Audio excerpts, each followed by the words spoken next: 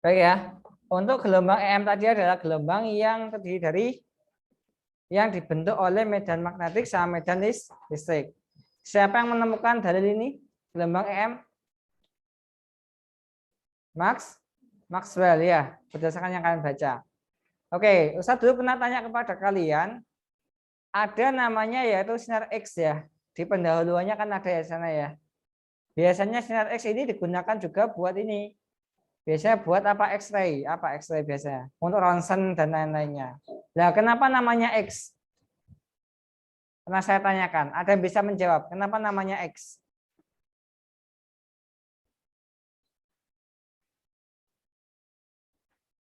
Ya, jawabannya adalah kenapa ya? Itu karena ini. Karena dulu waktu Pak Ronsen itu menemukan sinar X ini dia tuh nggak tahu namanya, nggak tahu prinsip kerjanya dan cara bekerjanya bagaimana sinar X ini, dan nggak tahu dari mana asalnya, kayak gitu ya. Nggak tahu gimana sifat-sifatnya sehingga namanya ya udah, namanya adalah X gitu aja. Jadi nggak kemudian dinamai lain-lain ya, tapi ya udah namanya adalah X, sinar X tadi itu. Karena dia tuh nggak tahu ya, makanya disebut X gitu aja. Jadi bukan karena apa namanya Pak X itu bukan, tapi ya karena dia nggak tahu ini tuh sinar apa prinsipnya, kemudian sifat-sifatnya bagaimana nggak tahu, sehingga langsung dia namai dengan sinar X tadi itu. Atau biasanya kalau dalam ilmu kedokteran kita gunakan dalam prinsipnya itu pakai untuk ronsen. Ya, kayak gitu. Oke. Sinar X tadi kan komponennya adalah ada apa? Yaitu ada medan magnet sama medan listrik. Terus terkait arahnya bagaimana? Dijelaskan nggak di sana? Arahnya gimana?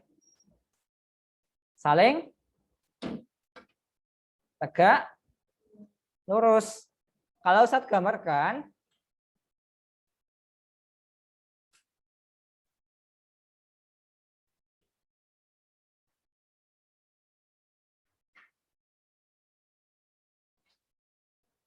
ya.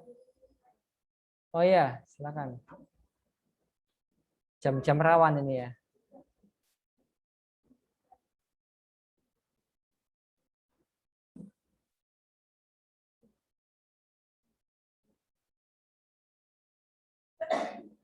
Kalau dalam kaidah 3 dimensi ini adalah sumbu X, sumbu Y, sumbu Z ya. Atau biasanya kadang-kadang juga ada yang ini yang X, ini yang Y, ini yang Z. Oke, kalau kita gambarkan ya, merah ini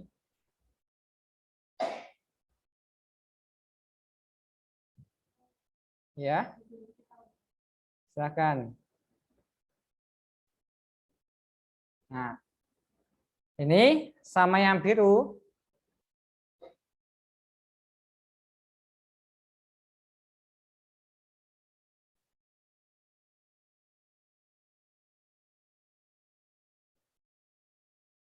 Nah, putih yang merah ini apa? Medan apa ini?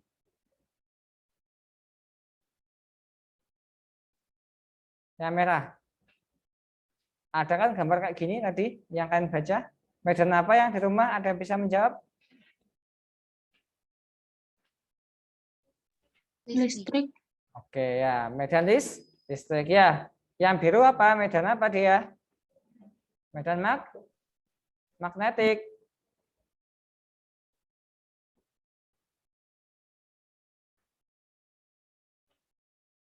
Dia selalu tegak lurus.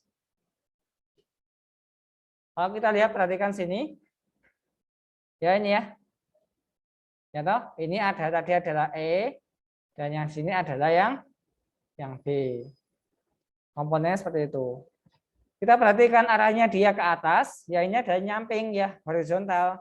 Dia tegak lurus di sini. Begitu juga arahnya bagaimana arah perambatnya? Arah rambatnya adalah arah ini. Pada sumbu ini ke sana ya. Yang sini juga. Sehingga arah rambatnya kan ke kanan ya ini ya. Nah, arah rambat dari gelombang ini juga sama, yaitu dia tegak lurus terhadap apa? Terhadap E, juga tegak lurus terhadap B juga. Kalau kita perhatikan, dia kan ke atas, ini adalah ke samping ke kanan. Dia juga tegak lurus juga terhadap ini. Begitu juga yang ini juga. Sehingga kalau kita gambarkan, bahwa arah dari E ya, yang ini ada ke atas E, yang ini adalah B. B dan ini adalah apa? Adalah V kecil atau kecepatannya. Ini tegak lurus semuanya.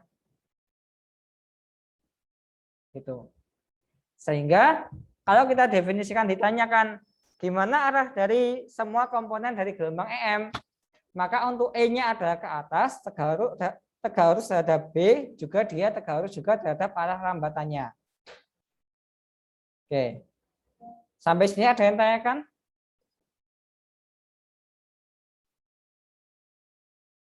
Halo? Sudah dipahami? Ya, ya. Ada yang tanyakan? Tidak ada? Yang di rumah?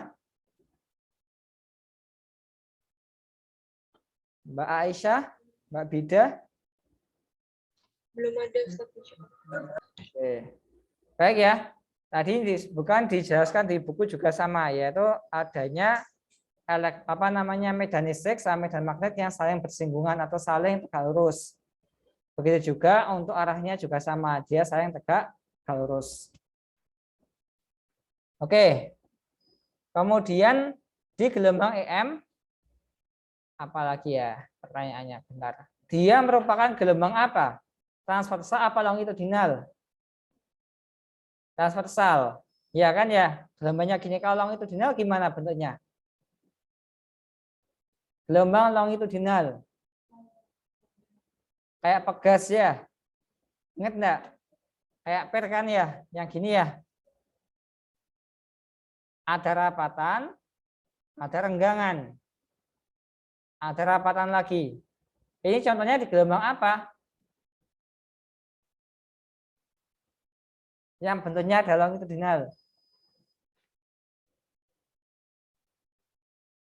Di dalam ini, dalam kelas ini ada peristiwanya. Apa? Yaitu gelombang. Ada bisa menyebutkannya di rumah?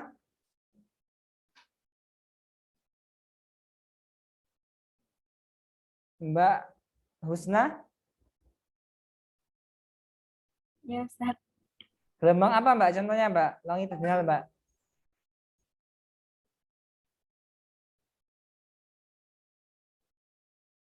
Dia adalah gelombang, contohnya apa? Kelas 11 atau kelas 10?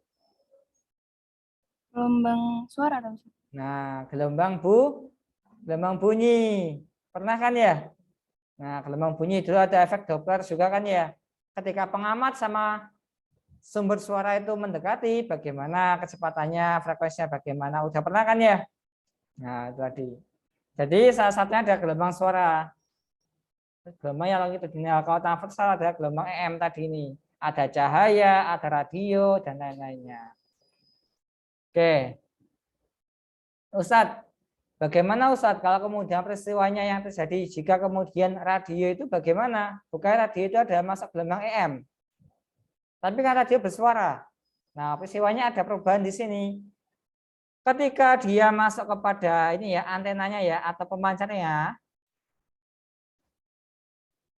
kemudian ini ada radionya ya.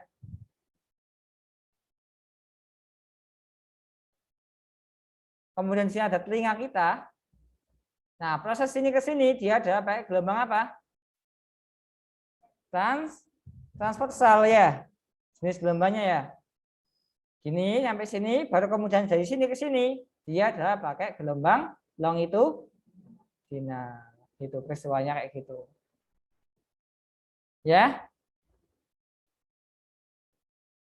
Kenapa demikian? Karena meskipun dia ini ya, radio ini disimpan di dalam ruangan atau disimpan di dalam lemari yang sangat yang sangat kedap itu ya, dia tetap bisa menerima sinyal tadi ini. Tapi kemudian kalau kita kemudian radio kita tutup dalam suatu ruangan peti, kemudian kita bisa dengarkan apa enggak? Enggak bisa. Jadi itu. Makanya gelombang elektromagnetik adalah masuk gelombang radar atau radar radio itu masuk ke gelombang elektromagnetik karena dia tidak memerlukan perantara. Tidak memerlukan medium perantaranya, enggak perlu kayak gitu.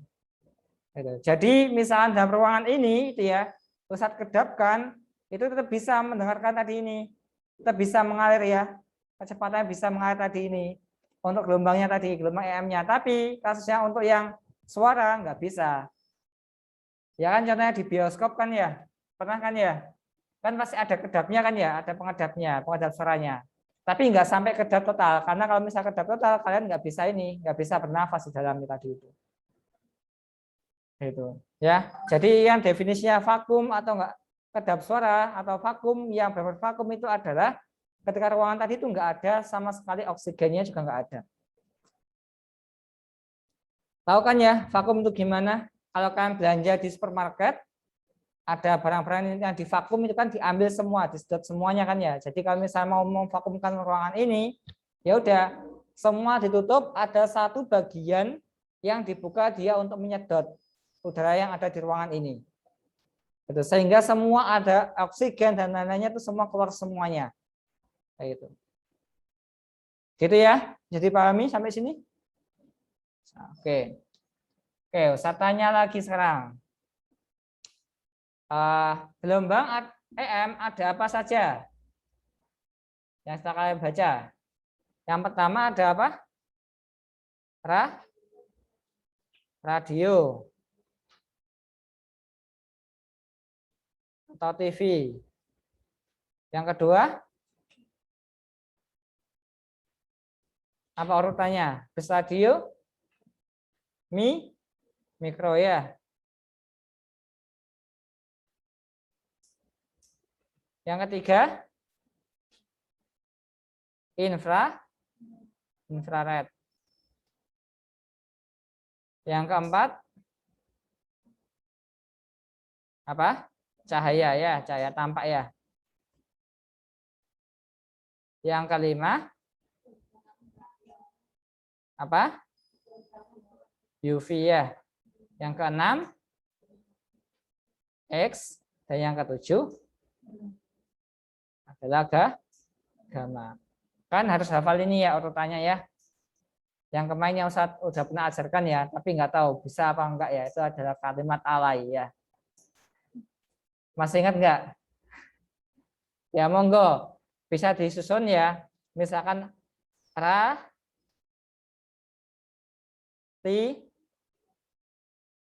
Mika ya. UXG boleh terserah kalian.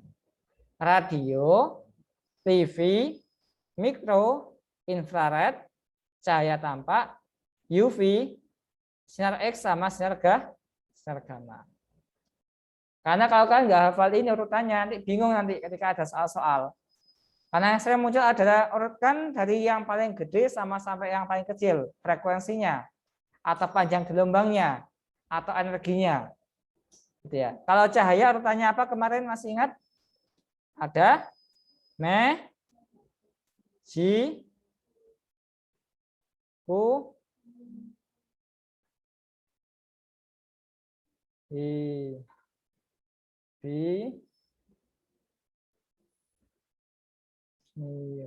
Nah, jadi mbak-mbak semuanya ya, kita harus tahu urutannya kayak gini ya. Kalau ini insya Allah udah urut ya, udah tahu ya kalian udah hafal ya yang ini ya. Tinggal yang ini aja.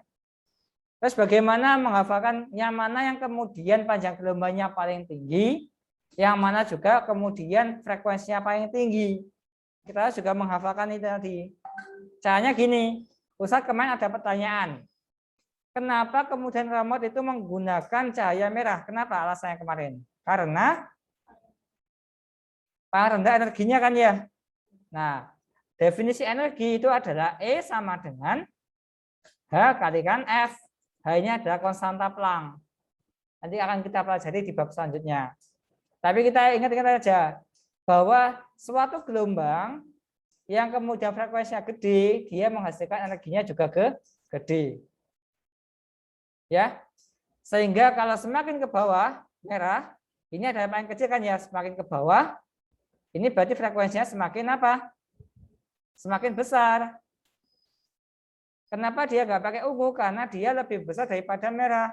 Kenapa dia pakai merah? Karena dia adalah frekuensinya paling kecil. Oke. Kemudian di sana juga ada tulisannya adalah C sama dengan apa? Lambda dikalikan sama F. Ada kan ya? Nah, ini berarti dihubungkan. Gimana kemudian panjang gelombangnya? Oke, kita lihat. F sama panjang gelombang, hubungannya apa? Baik-baik saja. Ya, ya, dipindah dulu kalau mau menghubungkan ya. Kalau kita lihat sini, dia seolah-olah dia ada sebanding, padahal dia nggak sebanding. Kalau kita mau menghubungkan, kita harus pindah dulu, yaitu C dibagi lambda sama dengan F. Dia ada berbanding terbalik, sehingga semakin gede F-nya, maka dia semakin kecil lambdanya. Maka dia semakin ke atas, lambdanya semakin gede. Silakan dipahami.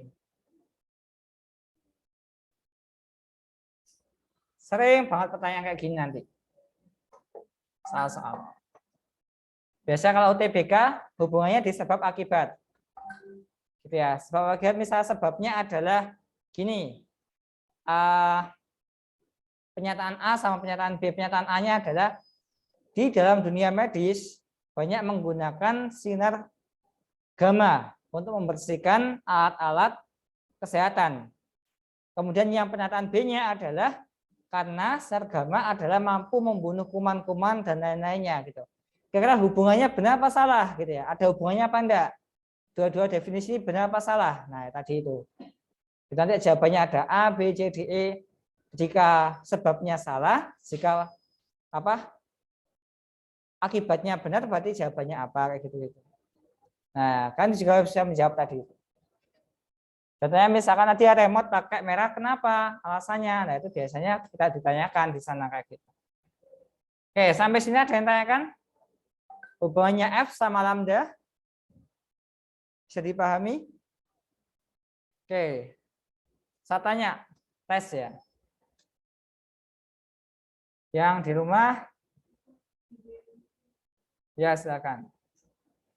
Mbak Nashwa Zahra. Mbak Nashwa? Ya, Oke, Mbak Nashwa.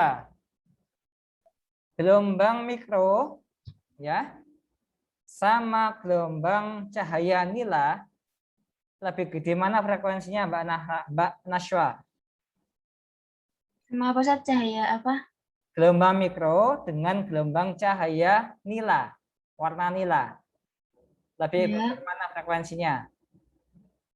yang inilah, iya satu. Nah, oke ya. Berarti panjang gelombangnya lebih pendek yang mana? Panjang gelombangnya lebih pendek yang inilah. Iya. Oke, ya, Iya. ya, benar sekali. Ya. Ya. Gitu ya. Jadi bisa membedakan ya. Biasanya pertanyaannya adalah mengurutkan, misalkan ada infrared, ada cahaya UV, ada cahaya, ada UV, ada X, gamma, selalu mengurutkan. Oke, sampai sini ada yang tanyakan? Bisa dipahami? Oke, alhamdulillah. Oke, saya tes lagi yang di sekolahan. Ada Mbak Rumaisya. Ya, Mbak Rumaisya ini ya. Sebagai Mbak Rumaisya. Mbak Isya.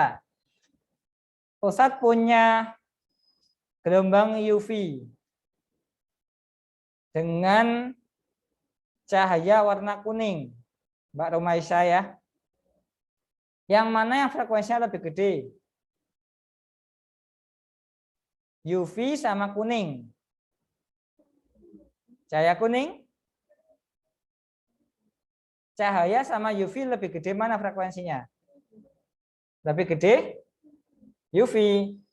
Maka yang mana lebih gede? Cahaya kuning apa UV?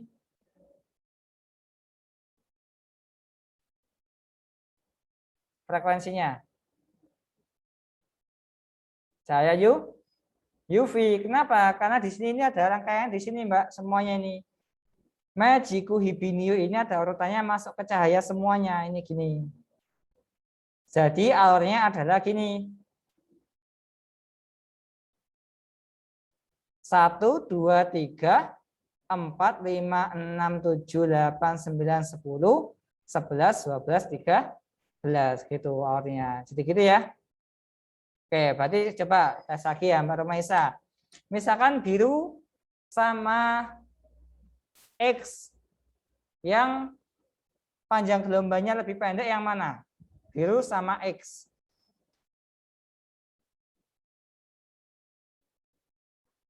Yang X ya. Karena urutannya adalah yang biru sama X. Biru lebih panjang di atasnya X karena dia. Ya, kalau kita urutkan tadi ya. Gini urutannya. Lewat sini. Kemudian memutus sini. Nah, urutannya kayak gitu. Ya. Salah. Oke, yang di rumah. Coba saya tanya kepada Mbak Devi Rizky. Oh, Mbak Devi ada toh? Oh, maaf. Mbak Putri. Iya, Ustaz. Mbak Putri, Ustadz punya gelombang mikro, Mbak Putri.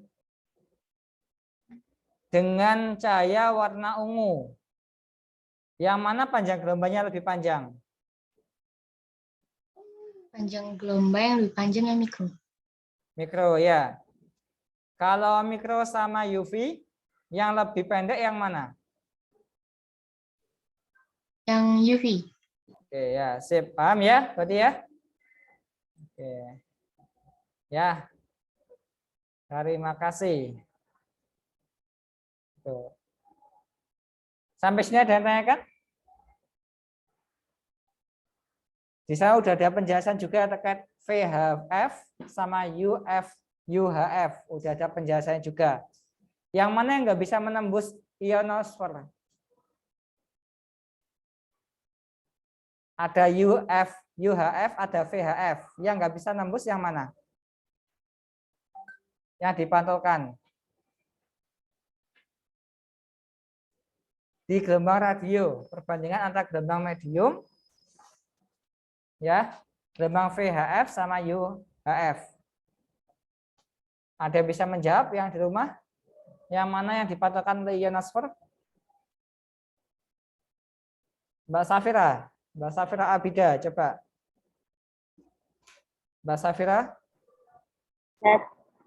Oke, Mbak Safira, yang bisa dipantulkan oleh itu yang mana, Mbak? Yang U.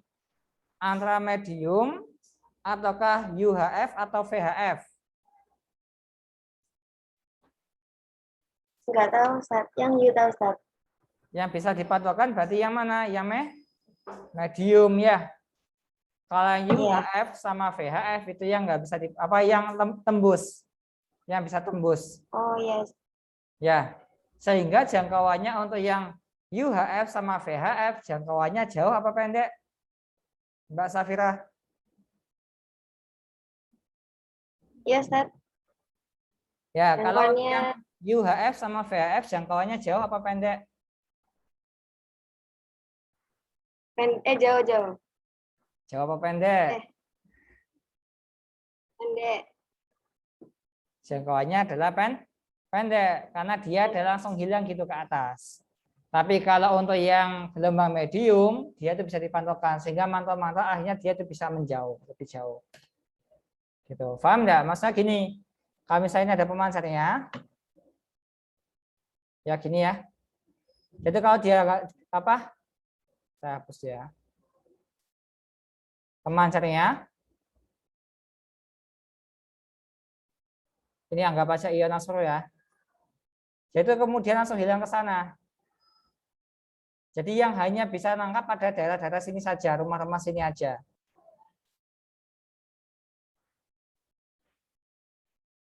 Tapi kalau kemudian yang satunya, ini kan yang VHF sama UHF ya. Tapi kalau yang ini adalah bisa dipantulkan. Sini ya, dia mantul ke sini. Sehingga dia bisa menjangkau yang daerah sini juga. Kayak gitu maksudnya kayak gitu. Kayak di sistemnya ada kayak bubble gitu ya. Gelembung gitu ya. Jadi bisa mantul-mantul akhirnya kan bisa menjangkau yang di bawah-bawah juga. Gitu. Ya, insya Allah itu. Kemudian ada apa lagi? Aplikasi-aplikasinya sudah tahu? Radio, pasti radio ya. TV juga sama. Kemudian ada apa lagi tadi? Radio, TV, Mikro, contohnya mikro apa?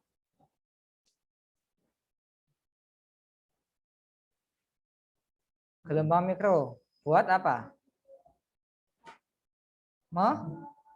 Pesawat radar atau bisa juga buat memasak. Microwave itu pakai gelombang mikro dia. Ya, ada infrared. Contohnya tadi ya buat remote control ya, infrared. Kemudian habis cahaya apa? Sinar UV. Contohnya sinar UV apa? Cahaya matahari. Itu ya UV. Kemudian X apa? Tadi fungsinya buat tadi ya, ronsen ya, salah satunya. Kemudian gamma contohnya buat apa gamma? Gamma ya untuk mendeteksi kecacatan logam. Ya, logam ini cacat apa enggak gitu ya. Logam itu ada cacatnya ya. Bisa jadi cacatnya karena ada partikel lain atau bisa jadi ada lubang di dalamnya. Gitu ya. Rusak di dalamnya. Jadi partikel yang baik kan kalau logam yang baik kan dia susunannya adalah mampat dan apa namanya? Bukan original ya. Homogen ya. Homogen dalam artian dia adalah murni ya, murni kayak gitu ya. Jadi kalau misalnya ada campuran, ada kemudian ada susupan yang lain-lainnya, itu menjadi nggak murni lagi. Jadi kayak emas ya, emas logam, emas ya, emas yang murni itu lebih mahal daripada yang campuran kayak gitu contohnya. Itu bisa digunakan yaitu sinar gamma tadi ini. Karena sinar gamma ini kekuatan untuk menembus sangat besar sekali dan energinya sangat gede sekali, dia sangat bahaya sekali buat kesehatan tubuh kita. Jadi salah satunya ya kalau bisa dikendalikan itu biasanya digunakan buat membunuh sel kanker ya, salah satunya tadi itu. Tapi harus dengan pengendalian. Jadi nggak kemudian angger tinggal iseng-iseng kemudian ditembak gitu nggak bisa kayak gitu ya. Bisa jadi kalau ditembak langsung bisa jadi langsung mati orangnya. Gitu. Kasus juga untuk yang gamma ini sangat bahaya sekali kalau misalnya buat mata. Salah satunya ya. Kalau misalnya ada kanker di mata itu biasanya pasti ada efek sampingnya.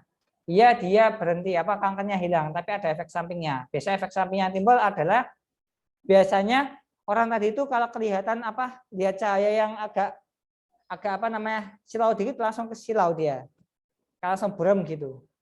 Itu ada efek sampingnya ketika kemudian mata kita kena cahaya tadi ini, sinar gamma tadi itu.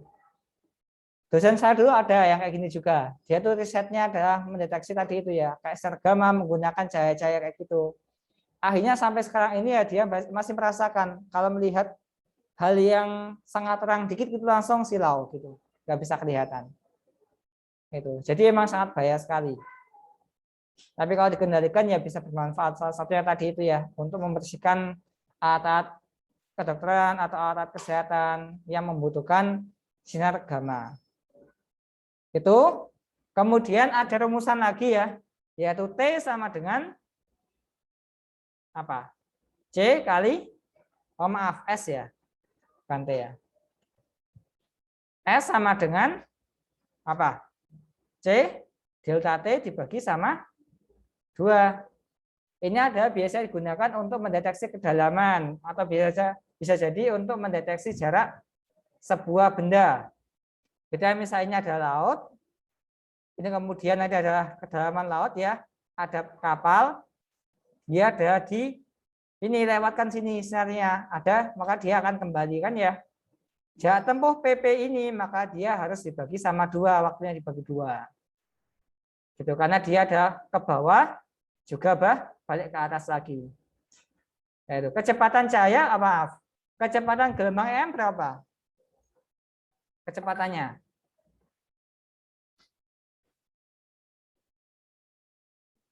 Berapa?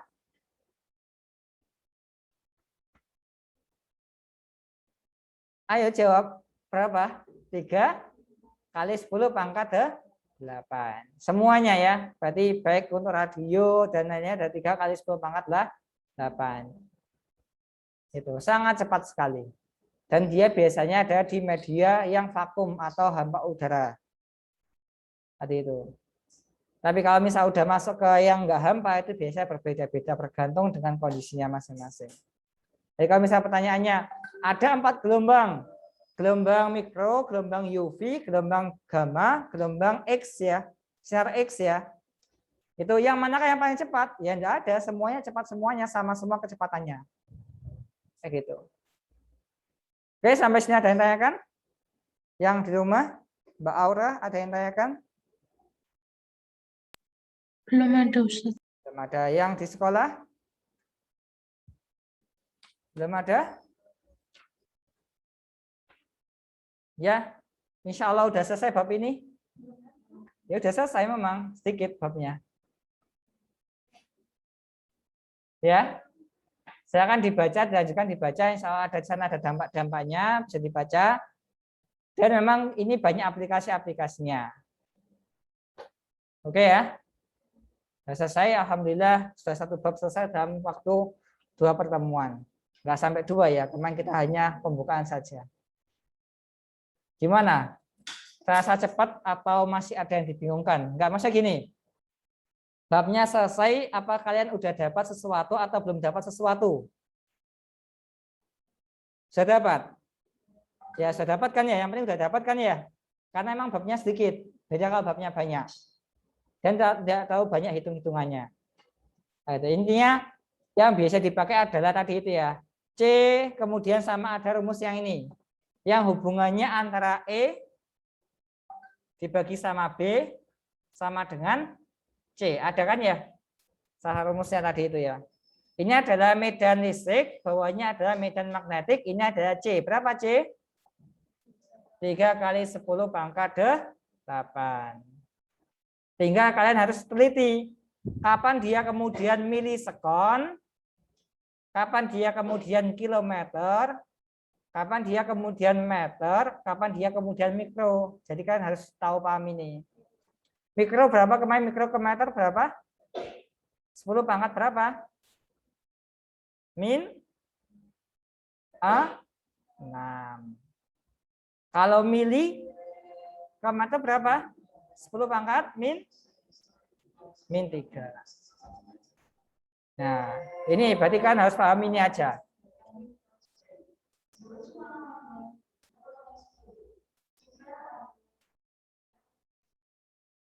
Oke, jadi misalnya yang ditanyakan sudah diketahui E-nya, berarti nyari B-nya berapa, maka langsung pakai rumus ini aja.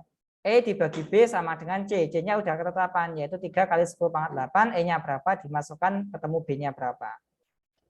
Insya Allah itu dari Ustadz. Kalau nggak ada yang tanyakan, kita cukupkan. Kita berarti pekan depan masuk ke bab yang baru, ya, terkait relativitas.